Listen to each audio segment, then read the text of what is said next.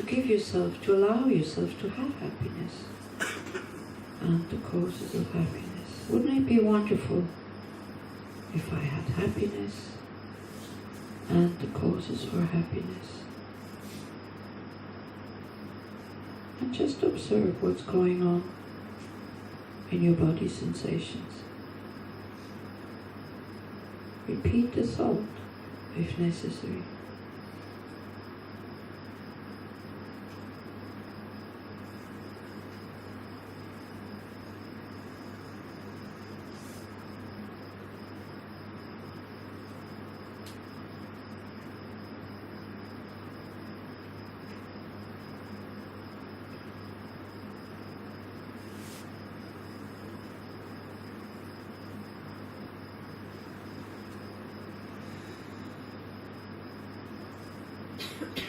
And with the next thought, we start to strengthen that a little bit, and we go like, may I be happy? And have the causes for happiness. So we already know we have to do something, we have to create these causes. Just wishing for it is not helping, but wishing is putting us in the right direction. May I have happiness, the causes for happiness.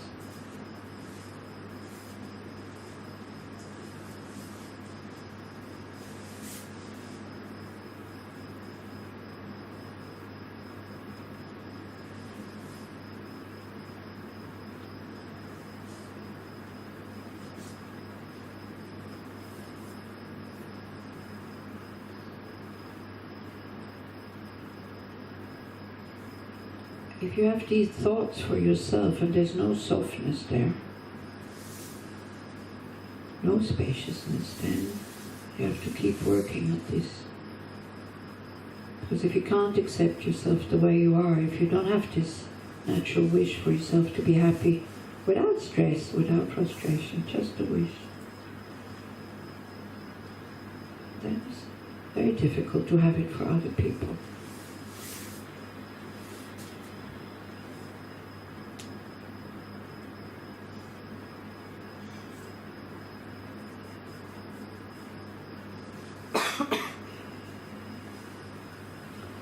So then the next one is, may I be free from may I be free from suffering and the causes of suffering. Wouldn't it be wonderful if I were free from suffering and the causes of suffering? Let that sink in. Or if there is resistance, accept the resistance and look at it.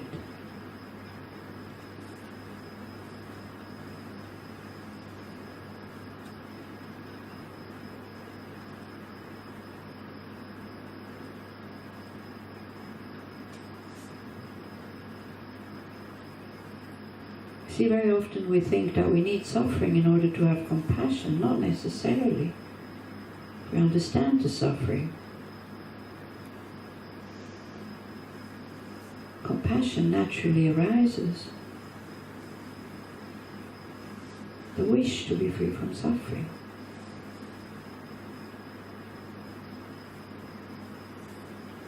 So that we can live our potential of love, compassion and wisdom.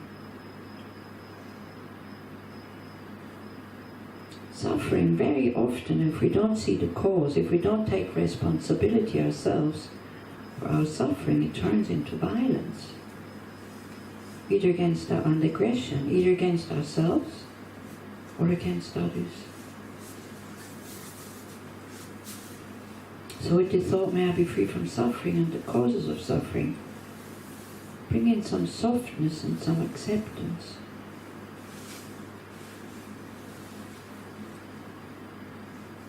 We are so sensitive, it needs so little to make us upset and frustrated. And that by itself is frustrating.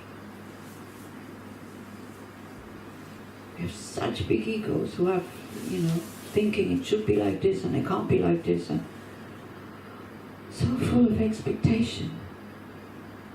So that the chance to get upset and frustrated, there's so many of them. That's what the Buddha means by suffering also.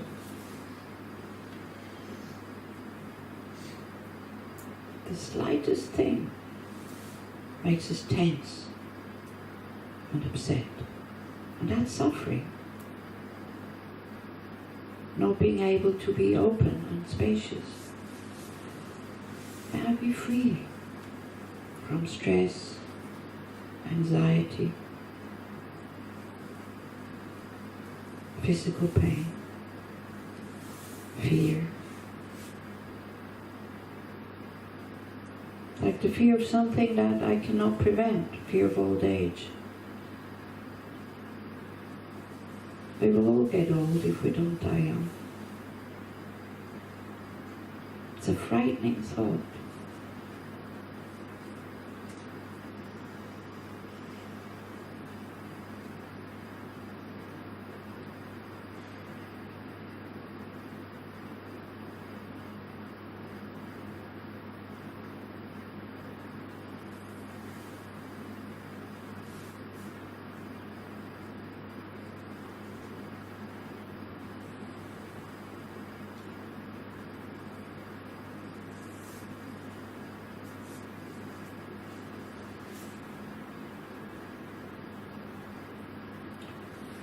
So it's okay to do that just with yourself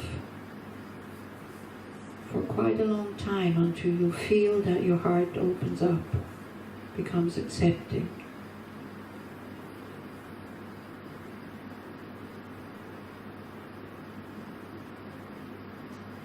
But that's just the first step, because then we also think about others. And so a way for the heart to open up also is when we practice joy. That we think about all the good things that we have to, that we can be grateful for. And it can be simple things. None of us has to sleep outside tonight, unless you want to.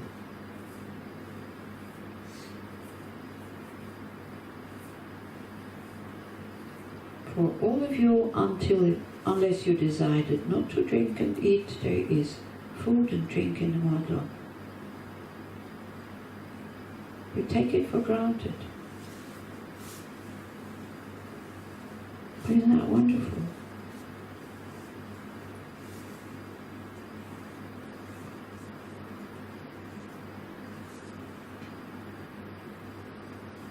And on top of it, they're not asking you to pay for it, they're asking for a donation. And still we're not happy.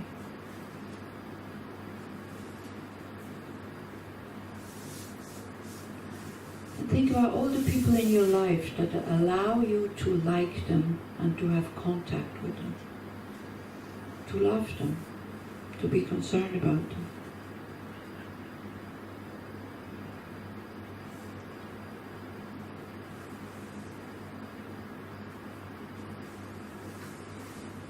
All the people who appreciate you, who take you the way you are, imperfect like everybody else.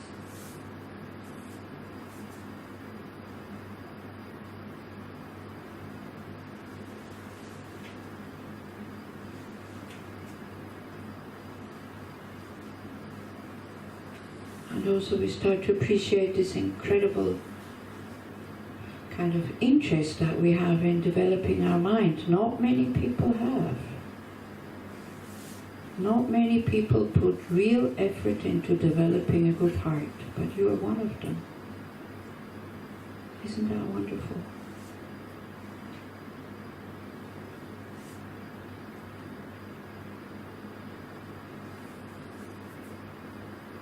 And then we have so many possibilities to look for instructions, structures, methods.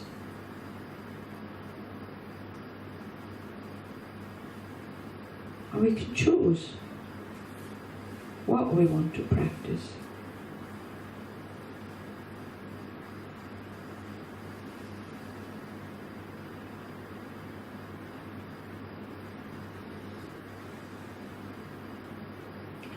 And then this is for the people who have some faith and trust in their ability to have a good heart in every occasion.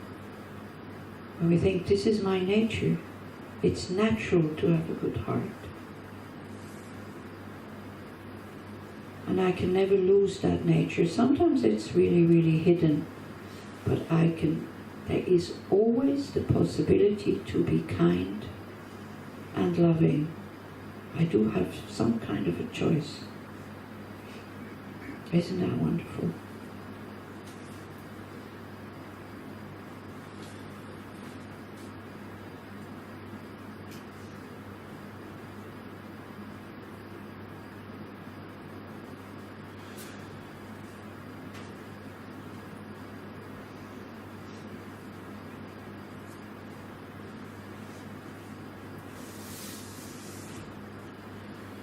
Then with equanimity, that's the last of those four immeasurables. That we see that a lot of our suffering comes from because we put people into categories.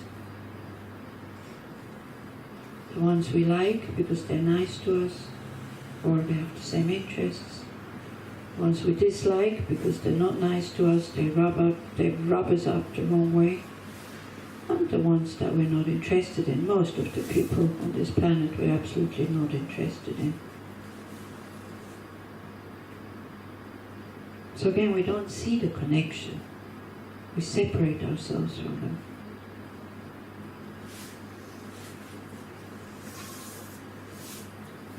Ones we like, we hold too close. We have high expectations how they should treat us. The ones we call friends, we trust them, that they will never hurt me. Well, a bit unrealistic.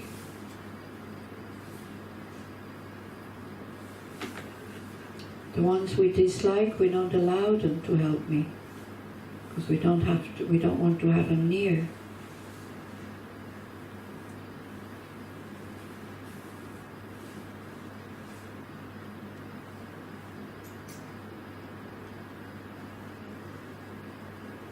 So then we can generate that very simple thought, may I abide in equanimity. Like having an open heart to all beings. So it doesn't mean that somebody who wants to harm you, that you don't protect yourself, but you don't wish them harm. You're still able to think, may they be able to stop harming me and others. May they be happy. By seeing that we harm others when we ourselves are unhappy. And it's the same for everybody else. So may I be able to abide in equanimity, not too close to those that I call friends, not to hold those that I don't like too far apart, and also to have an open heart towards beings that I find at the moment uninteresting. It's not indifference, it's not a not caring. It's about recognizing the sameness of all of us. We all want happiness. None of us wants to suffer.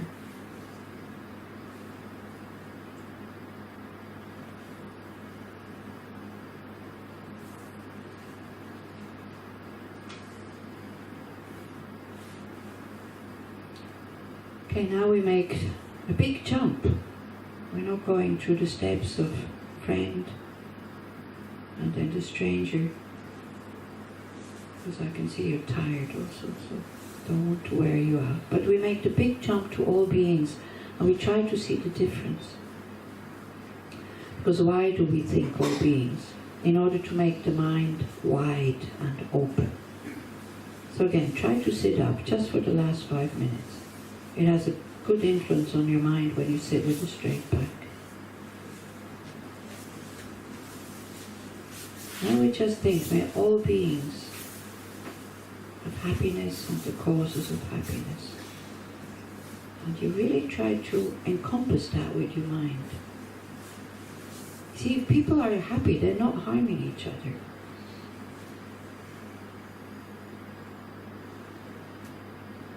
Wouldn't it be wonderful if all beings had happiness and the causes of happiness?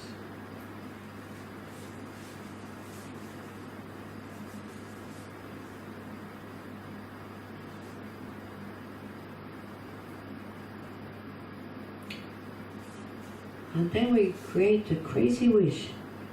May I be able to lead them to a state of happiness with all the causes of happiness. May I give them happiness and the causes of happiness. Don't kind of fabricate any feelings in your heart. If they arise, it's fine. If they don't, it's also fine.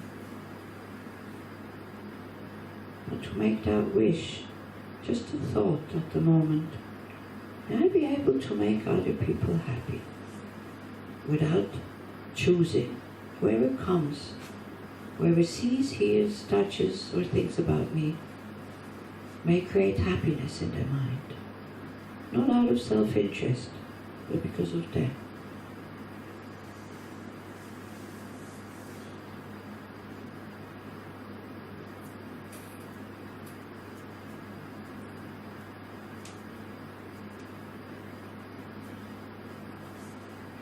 Whoever sees, hears, touches me, or thinks about me, may it be of benefit to them.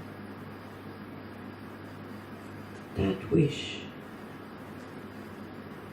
may it not destroy somebody's peace of mind, but may it benefit them.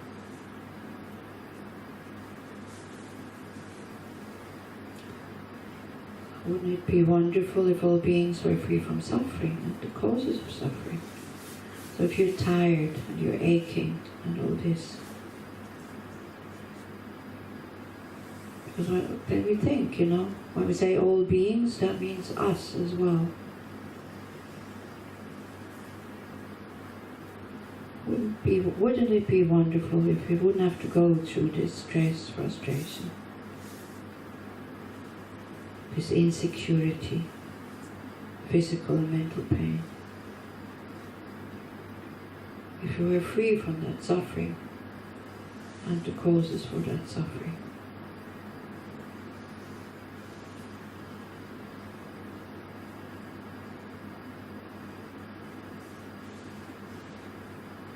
And sometimes when we think out like this, our own suffering kind of relaxes a bit, because we see we're not the only ones. The mind becomes much more spacious by thinking, may all beings be free of suffering and the causes of suffering.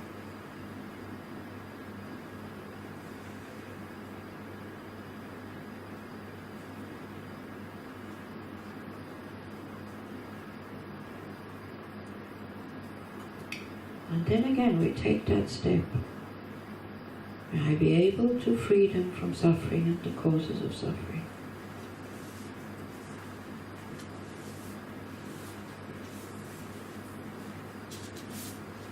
And now the last step, we need to reach out to somebody or to something that inspires us to be able to do so. Because in the state that we are now, very difficult.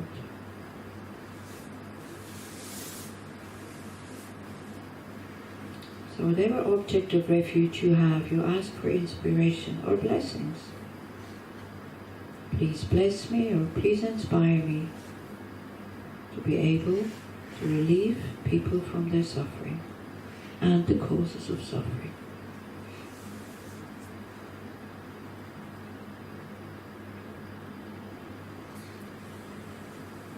As best as I can.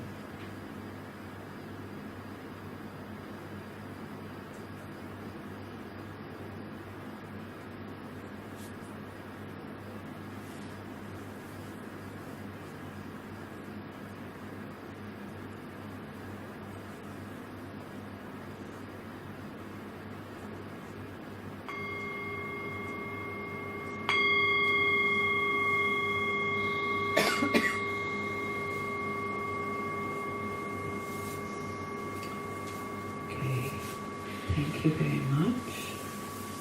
There was one question about reading glasses, if anybody has found a pair, either in the Gompa or somewhere around, please bring it to Leora.